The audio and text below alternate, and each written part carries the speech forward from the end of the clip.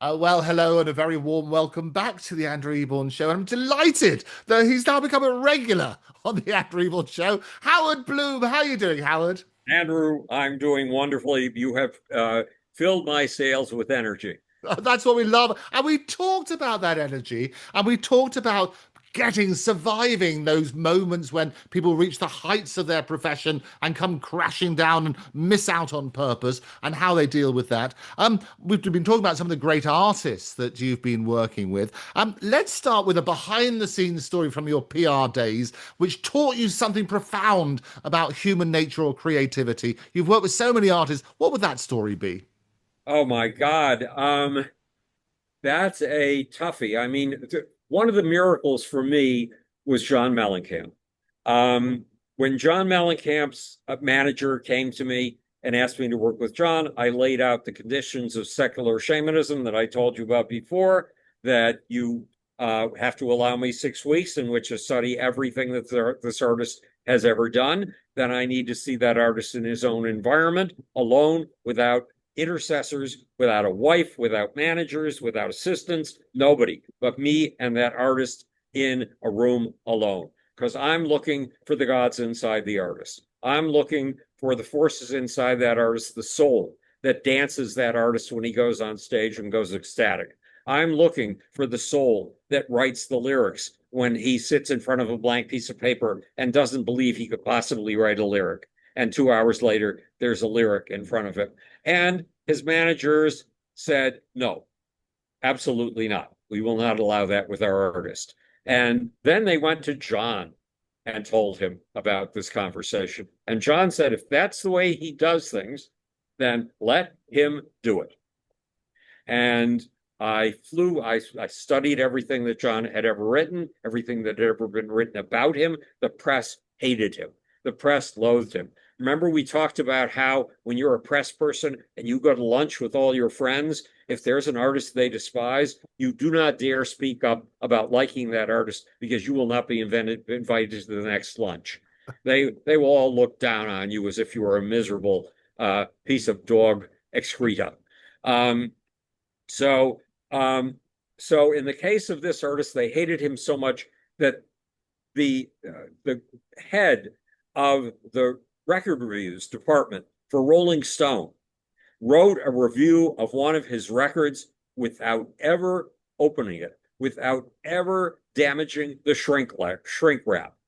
That's how certain they were. And he wrote a piece that not only said the music was terrible, it also said that John Mellencamp as a personality was terrible. By the way, in those days, he was known as John Cooper. Yeah. Um, so I flew out to Seymour, Indiana, and they put me up. It was a very weird place, Andrew. Um, we came up a drive through. We were out in the countryside. It was up on a hilltop, and there was nothing around, just a driveway headed toward another driveway, a driveway big enough to park some cars, and it had a little garage with motorcycles and a car inside of it. But there was no house. All there was a little tool shed over on your left. So we walked over to the tool shed, and we opened the door and we went down a set of stairs. And we were at the third floor of the house. We went down another set of stairs. We were at the second floor of the house. And finally, we went down to the first floor of the house. This house spilled down a hillside like a waterfall, surrounded by forests, surrounded by trees. So they put me up overnight. We had breakfast. Vicky, his wife, fed it to us the next morning. Vicky was an astonishment all by herself.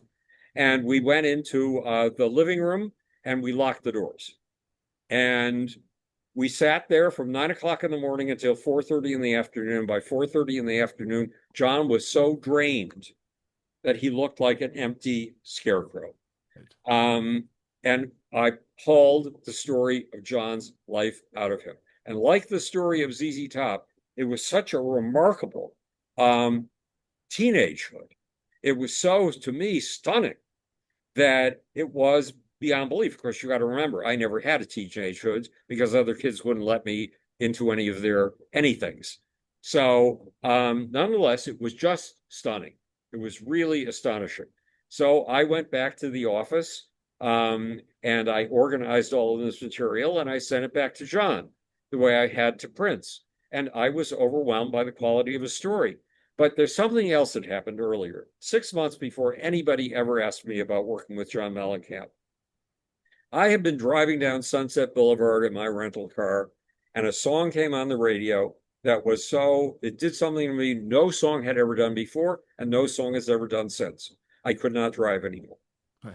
For safety's purpose, I had to find a parking spot and simply dive into it as quickly as I could and sit there listening to this song. It was Hurt So Good by John Mellencamp. Right. And so there was an obvious gut, visceral, bone deep connection to John before I ever imagined I would meet him. And now I used to follow the careers of every artist unfolding around me, every single artist. And I would look for things I could learn from the successes, and I would look for things I could learn from the failures. I would see empty spots, blank spots in the way an artist's career was being developed. So one of the artists I've been following was John Mellencamp. And John Mellencamp was on his way to becoming a two-hit wonder. Remember, we talked about how Joan Jett had to wallpaper the whole country with 3 performances for each Yes. segment, each strip of the country before her first song hit, or we were gone. We were finished. And John had not done that.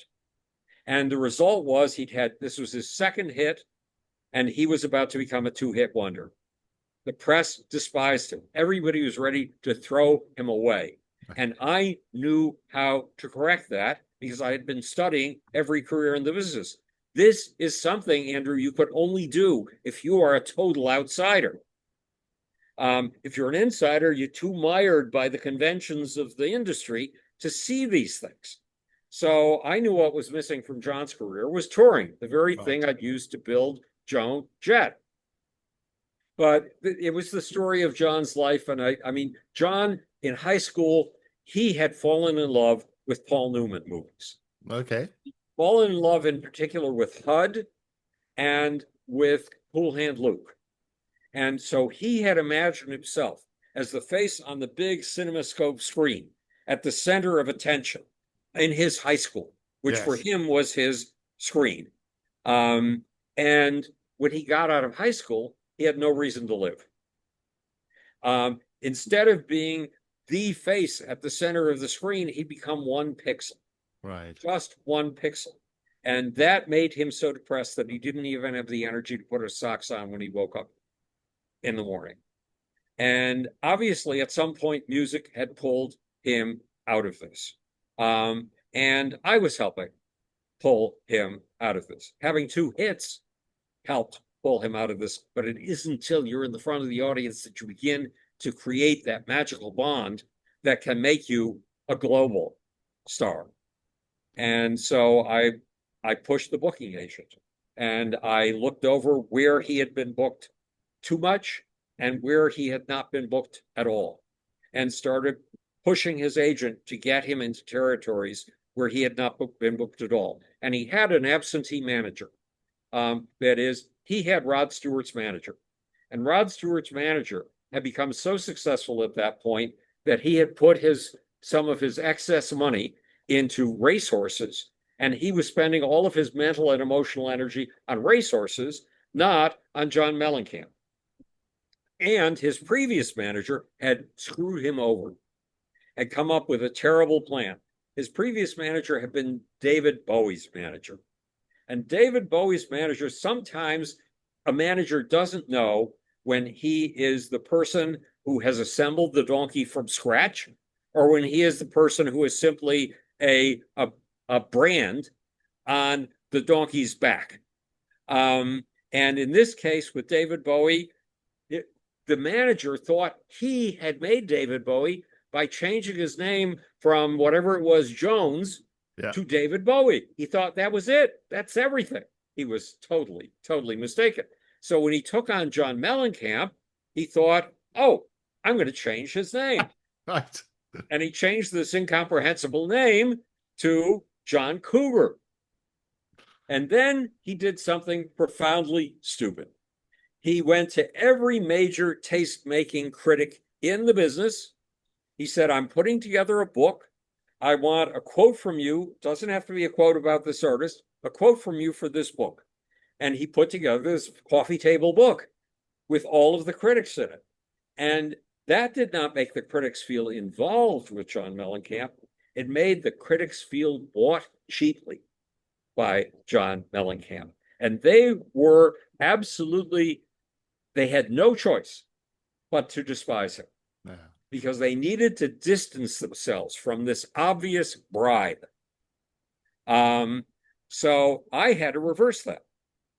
And because I love doing artists that everybody hates, I knew how to do it. Back in 1829, Thomas Carlyle, the great social commentator, the man who came up with the great man theory of history, Yes. gave a following example of how the big pop culture of his time was theater. You know, theaters were new. They were only 30 or 40 years old. So having culture that instead of being performed in a baron or a king's castle could be performed for a general audience, the people who up until then hadn't mattered, a middle-class audience when there had been no middle class, that was astonishingly new. And there were critics. And the critics told you in these new things called magazines and newspapers, the critics told you what plays to go buy tickets to and what plays to shun because they were nothing. They were awful. They were horrible. And here's how Carlyle said the critics of his day, 1829, worked. He talked about a friend of his who was a writer and a naturalist. And his friend was off in Germany and was out in the middle of a field one day. And there, you know, have you seen those fields where there's this little thing between poplar trees usually? It's a narrow, rutted, deep black path. Yes. And you try to take your girlfriend on a date. It all sounds very rustic and bucolic. It should be perfect, but it's not. Why? Because the two of you have to walk in single file. Right. And so you have to hold her hand behind you. Very awkward. Doesn't really work. Well, it turns out those ruts are made by sheep. And the shepherds drive their sheep one by one in single file down these ruts. So this friend of the great critic, Thomas Carlyle, is standing in the middle of the field, sees the sheep on their way, and decides to try an experiment. He goes out and he sticks his cane in front of the first sheep, the lead sheep, and the lead sheep jumps over his cane. And then he withdraws his cane. And there are 1,999 other sheep, and they have nothing to jump over anymore. There's no obstacle in their path. Guess what they do when they reach that point in the path? They all jump. Right. That's how the sheep in the press work. So my work was to find the few outcasts in that group, that flock Right. of sheep, and work on the outcasts, but outcasts who have taste-making abilities, because there are places like the New York Times. For example, one music critic at the New York Times was gay, and you could not say you were gay in those days, or it would be the end of your career. So he did not fit in with the other sheep in the group.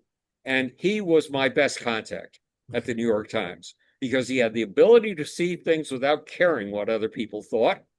And he had the ability, when he said something positive about somebody, for the other sheep to follow it because he was at the New York damned Times, Right. for God's sakes.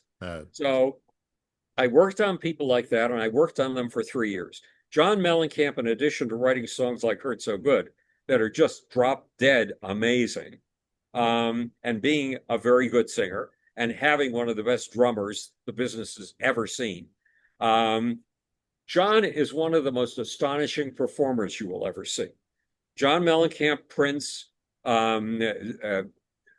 Joan Jett, and Billy Idol are all in one category, and they're all amazing. They're all just amazing. And then there's Michael Jackson, who's in an entirely different category, but who also is beyond amazing. So all of those are people I worked with. Yeah. But Mellencamp is just astonishing. So for 3 years, I had lunch with journalist after journalist after journalist from the lead pack, the pack of lead sheep, who also are a flock, an obedient flock, a conformist flock, um, trying to convince them of the utter and complete validity of John Mellencamp. And for 3 years, I was sowing seeds and seemingly getting nowhere. But then John came to New York and performed at Rockefeller Center. And we invited all of the critics I had been taking to lunch for 3 years. And John was so obviously drop dead astonishing that afterward there was a reception in one of the big rooms under the ground there at Rockefeller Center. And one critic walked up to me and he grabbed me by the biceps and he looked me in the eye from a short distance.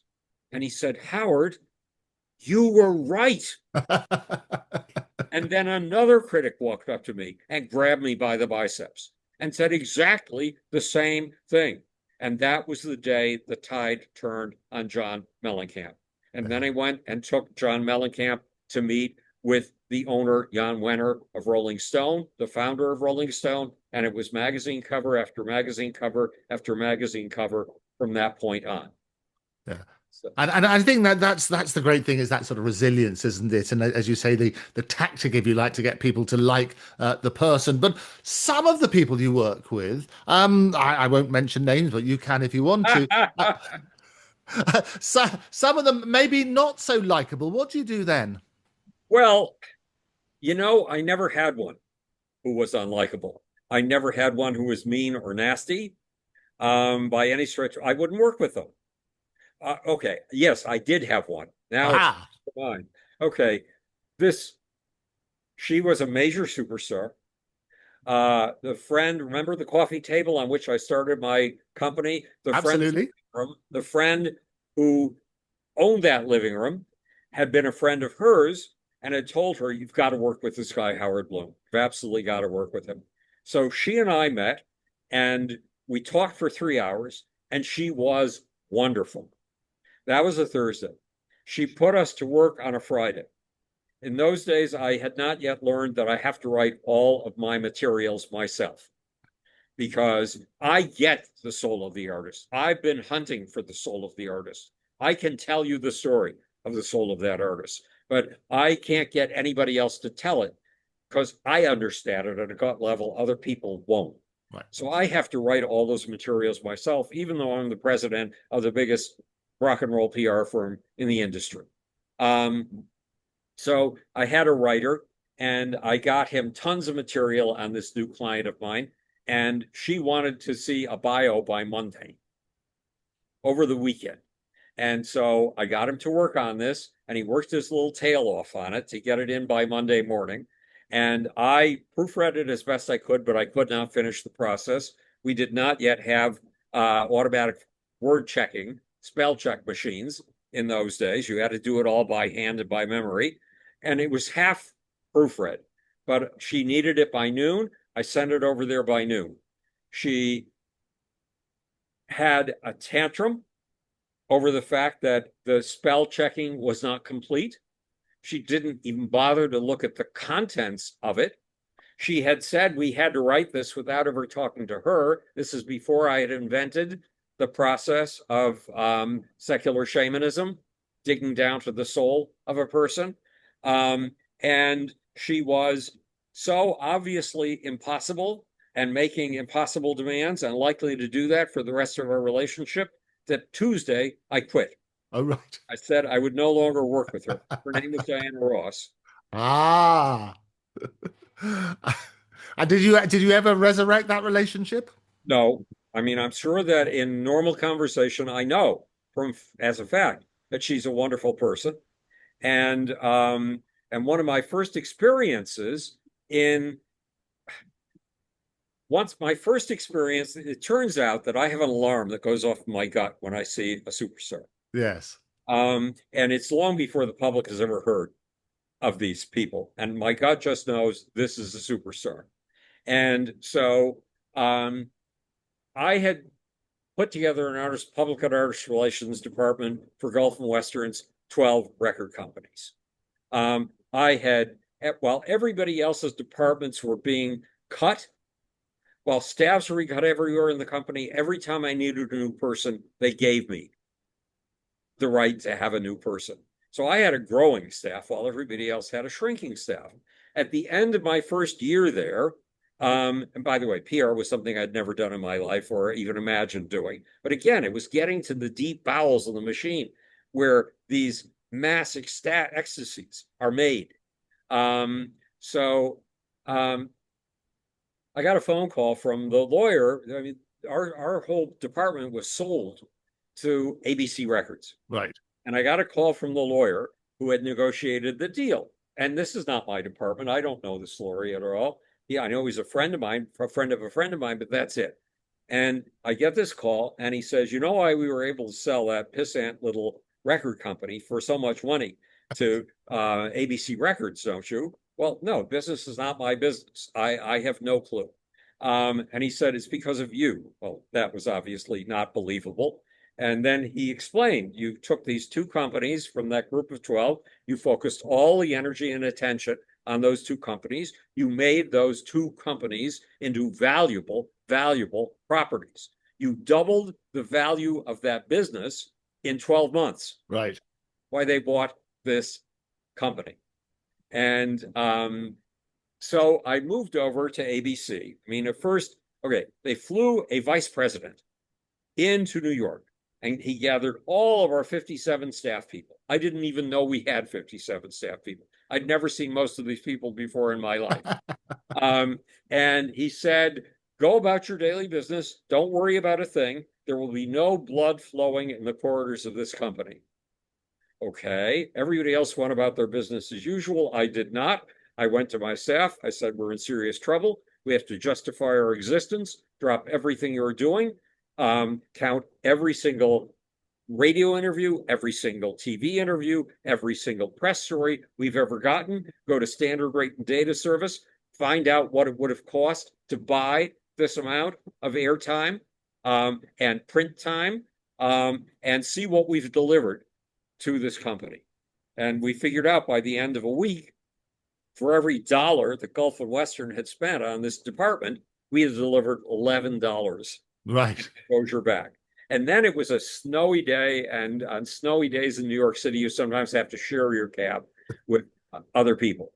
So my cab driver asked if I would mind sharing the cab, and he went down to Young and Rubicam, the big advertising agency of the day, picked up an account executive from there, and we both headed for Brooklyn together. Right. And I explained the story of what we'd just done because I was still doubtful about our arithmetic. How could that possibly be? For every dollar they're spending, they're getting $11 back from us. And he said, no, you don't understand. And my heart sank. I knew he was going to chop it down by half or more. And he said, no, you don't understand. In advertising, we count every inch of editorial as worth 5 inches of advertising space. So you delivered $55 for every dollar that your company spent. Okay. But they always say that buzz is better than hype, isn't it? Right. So the deal is, yes, the buzz is much better than the hype. That's it. That's the word of mouth we were talking about with building somebody like Joan Jett. So 2 weeks later, they sent out pink slips to everybody in the company with only one exception. And that one exception was me. Right. And I said, "Okay, you fired my staff of 5 people. When I was editing Circus Magazine, I replaced 2 people. When I left Circus Magazine, they replaced me with 5 people.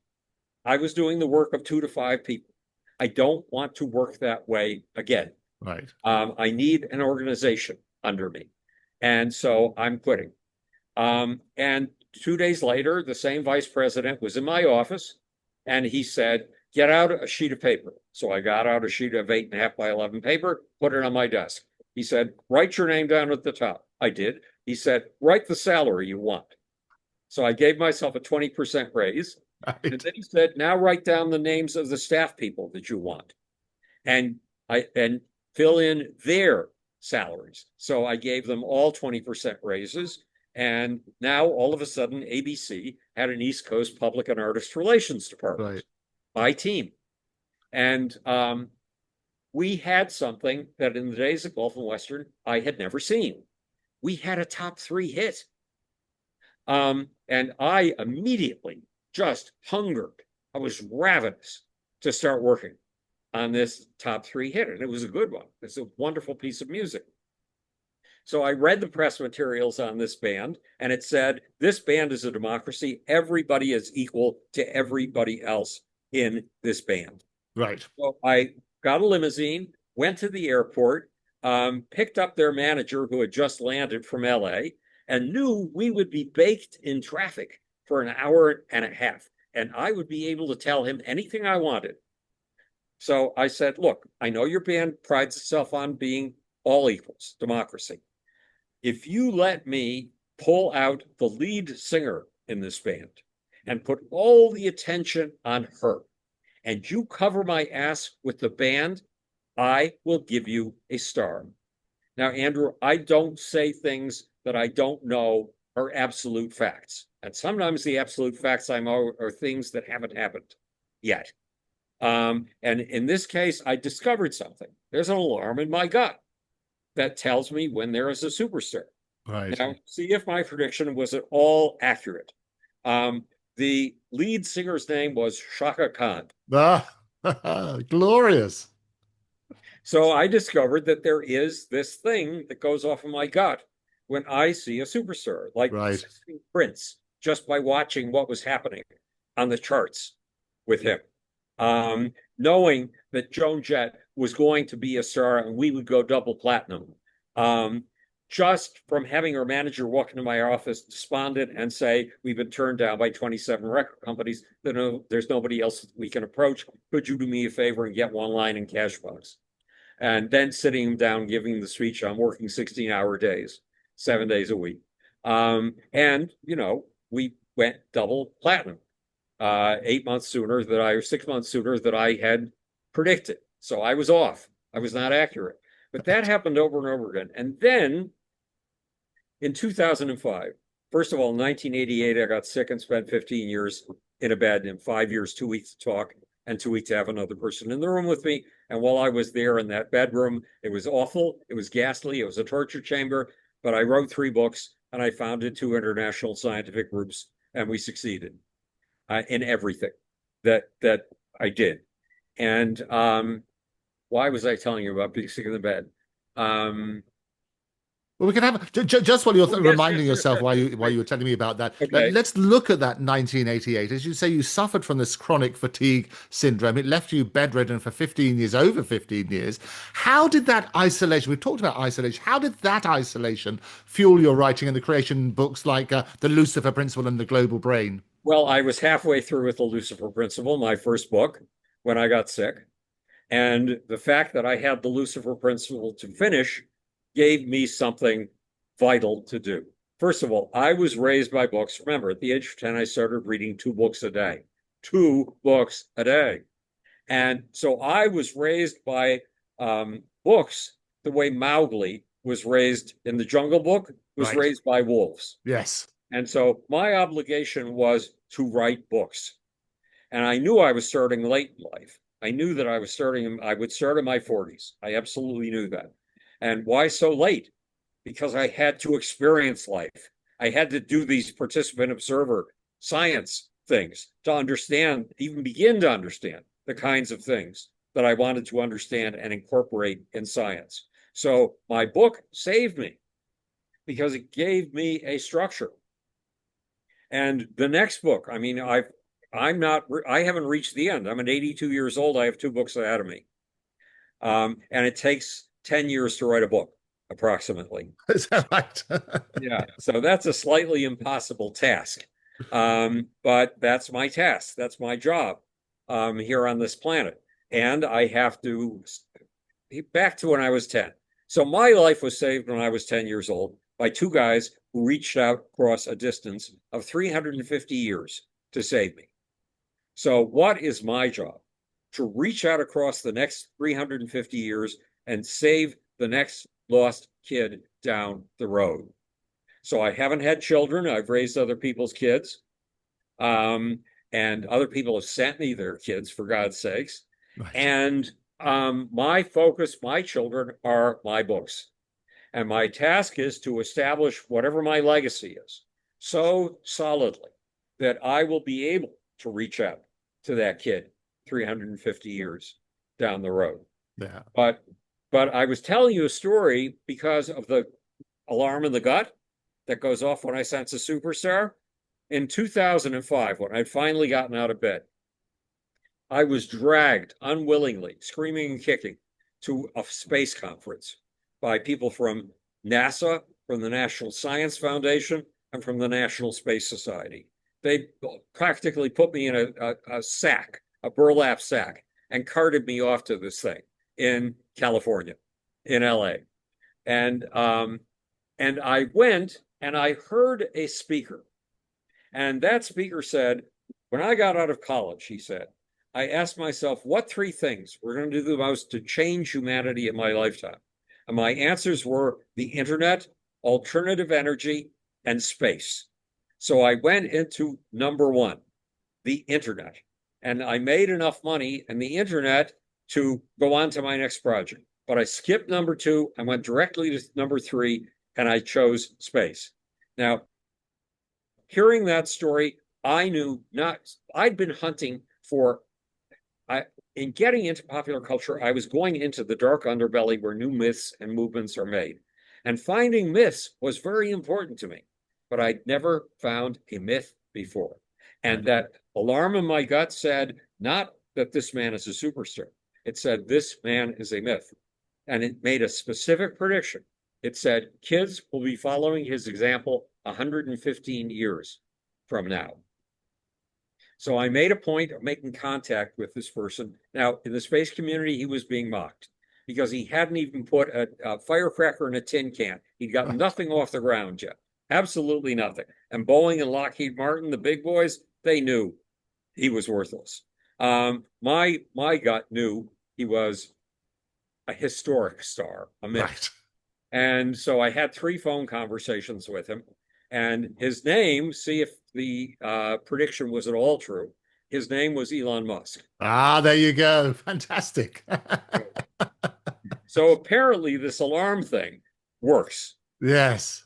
No, And I'm glorious. out. Well, as you know, Errol Musk, his father, is a regular here on the Andrew Eborn. Really? I didn't know that. Yes, so I he's a didn't know. glorious. No, I love chatting with Errol. He came over here fairly recently to do a debate at the Oxford Union as well. We spent a lot of Amazing. quality time with him. But as I said before, we sort of unpack the stories in the press that get it wrong all the time, and I think it's so useful to have that sort of direct source. But an incredible individual, and you're right, it's inspirational because he had his own challenge, does have his own challenges about Asperger's and so on and so forth. He was bullied at school and had all those sort of bits and pieces, but it made him a better person, if you like. He was Right. always looking, if it ain't broken, break it. And I Right. think that's the great way of doing it. Howard, it's been an absolute delight having you back on the show. We're going to get you back straight after these messages. For now, however, Howard Bloom, thank you very much for joining me.